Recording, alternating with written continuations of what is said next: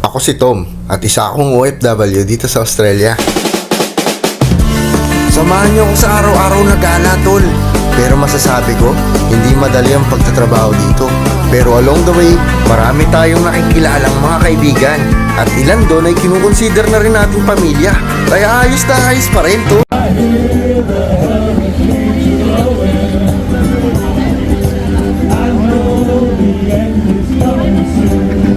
Daming tao na ano to, Saturday market. Daming tao.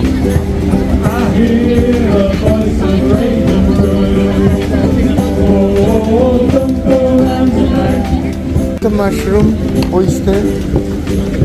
So with the lions, I would say Tignan mo yung logo, kamukha ng logo natin.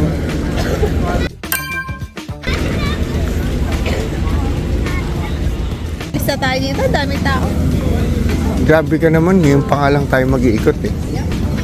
Yung mga ano, yung Chinese dyan meron. Dito tayo sa ano, Saturday market. Daming tao oh. Wala yung ano, Chinese no nakaraan no. Mga Changi, parang sa Baguio no. Kada Sabado meron ito. Bababa lang kami dun sa aming ano, unit. Dito lang yun sa baba. Sobrang daming tao. May mga plants, may mga mga ano, natural juice. Dami, may mga ano, legumes, mga kung ano-ano, mga organic, tsaka yung mga homegrown nila ng mga produkto dito mabibili nyo. Para to sa buong community. Ito, gawaan niya lang din yung wine na yan. Oh. Dami. Yung iba, bumibenta. Yung kanina may nakita kami mushroom, sarili niyang tanim. Galing. Halika na, grocery na tayo. Mamaya ulit. Okay.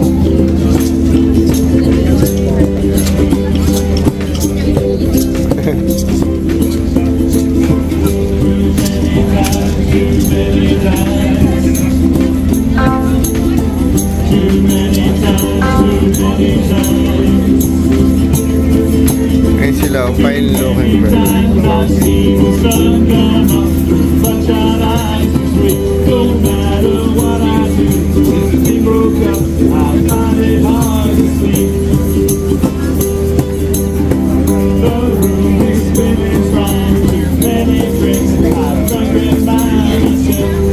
Daming tao tol. Karol oh. Sarap oh. Karol, shawarma. Sarap. Almusal tayo. Almusal po tayo mamaya. Saan ba si Thomas? Sa kabila.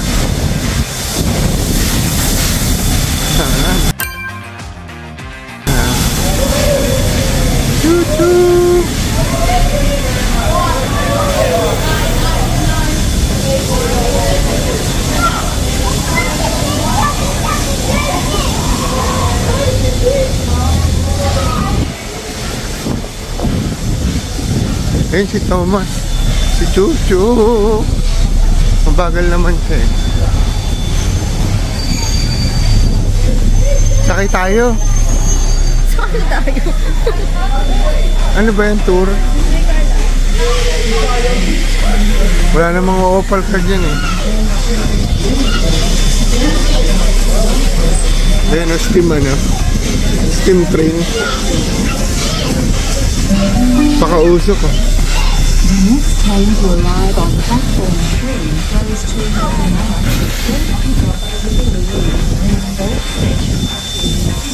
Chuchu. Ayun yung lobo. Kakaiba. Cool yung ginagamit sa train na to. Ano to, pang mga ano lang, nagtutour. Ayan. Ewan ko kung allowed kaming sumakay dyan kasi kaso mukha silang merong ticket eh.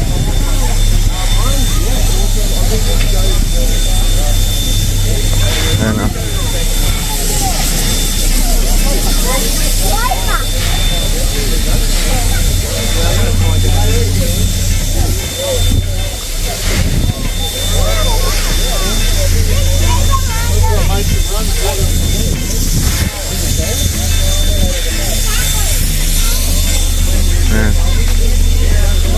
si Thomas.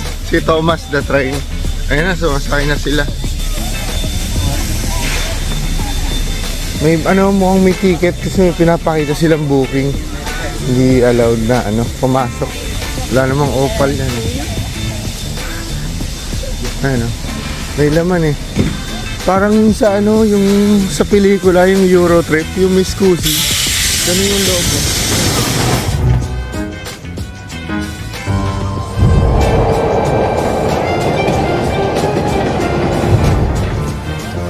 What the hell are you doing? Mi scusi. No! Mi scusi. Ayun kabila.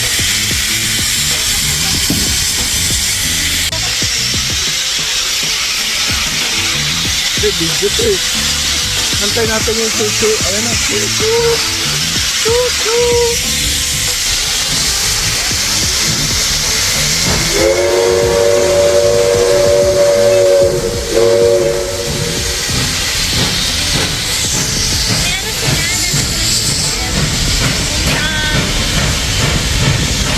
Papunta na yan dun sa sa Ulrich. Papunta na dun. Anong pangalan nun? Yung lugar na Punta sila Walonggo. Walonggong ba yan? Hindi ko alam. Yo, what's up mga tol? Nandito tayo ngayon sa Janali. Ganda dito tol. Isang station lang to mula doon sa station namin. Natid ko si Tita Carol kasi papasok siya sa trabaho dito yung kanyang assignment ngayon. Pero, meron tayong special na gagawin ngayong araw. Maggagawa tayo ng kakanin, biko, tsaka puto bongbong. Ay, di. Puto bongbong. Ay, lagi ko nalilimutan yung pangalanan eh. Yung puto bongbong nga yata yun tol. Basta yung mahaba siya na merong glutinous flour siya, tas merong desiccated coconut.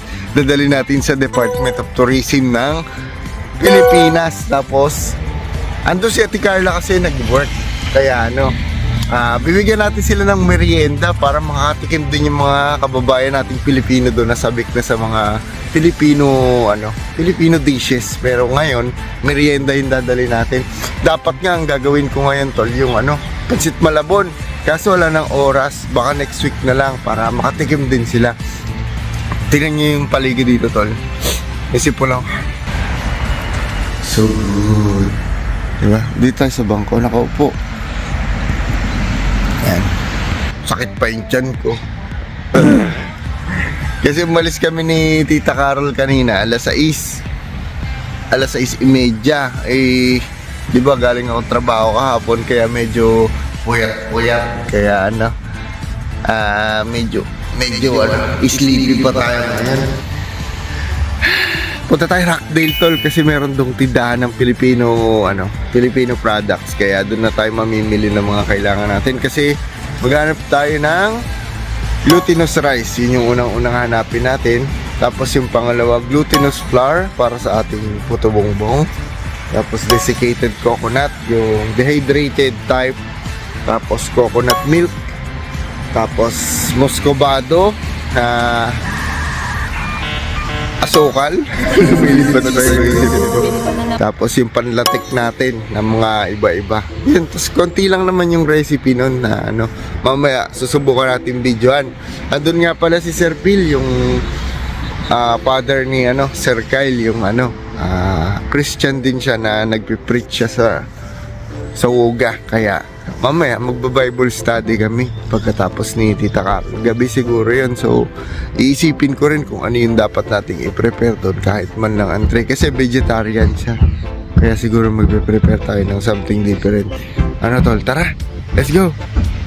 Ibon dito ang tataba. Tara. Let's go! Shot ko lang yung bag ko tol ha.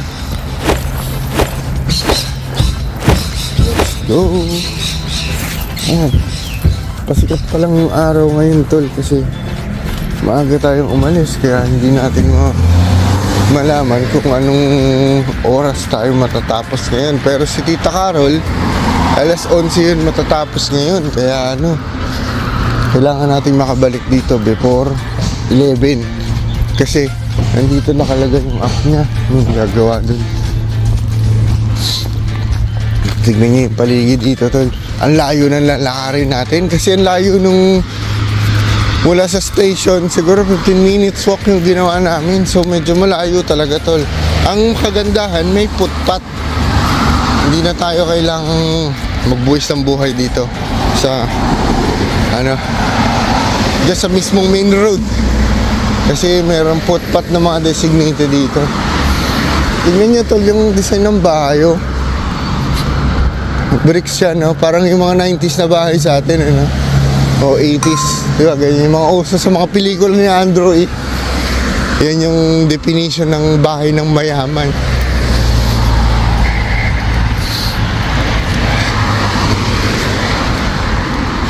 Panoorin nyo, tol, yung yung video namin nila Sir Kyle na nagluto kami ng Filipino pork adobo.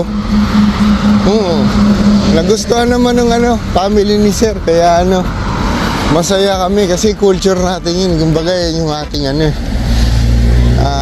yung sikat na dish natin, eh. Yung pinakasikat, adobo. Gagawa nga sana ako ng pandesal para ipalaman dun sa adobo kasi di ba hindi naman sila nagkakanin. Okay, napos na tayo sa oras.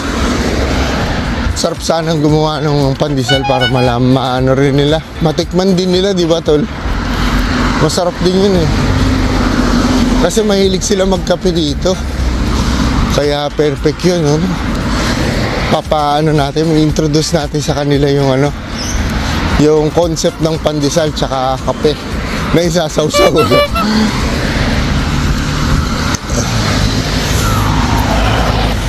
Malayo-layo yung nilakad natin, tol, bago makarating sa station. Kaya magkwentuhan muna tayo habang naglalakad.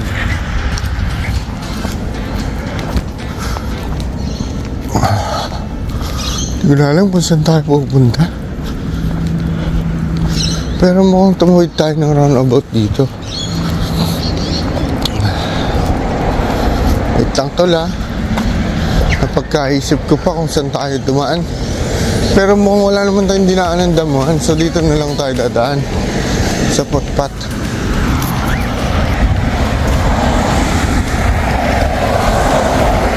Tama yung dinaanan natin. Kaya let's go! Tol, subscribe naman kayo sa YouTube ko para sabay-sabay tayong mamasyal at mapagsalu-saluhan natin kung ano yung mapapasyala natin dito sa Down Under. Bye-bye! Thank you, Tol!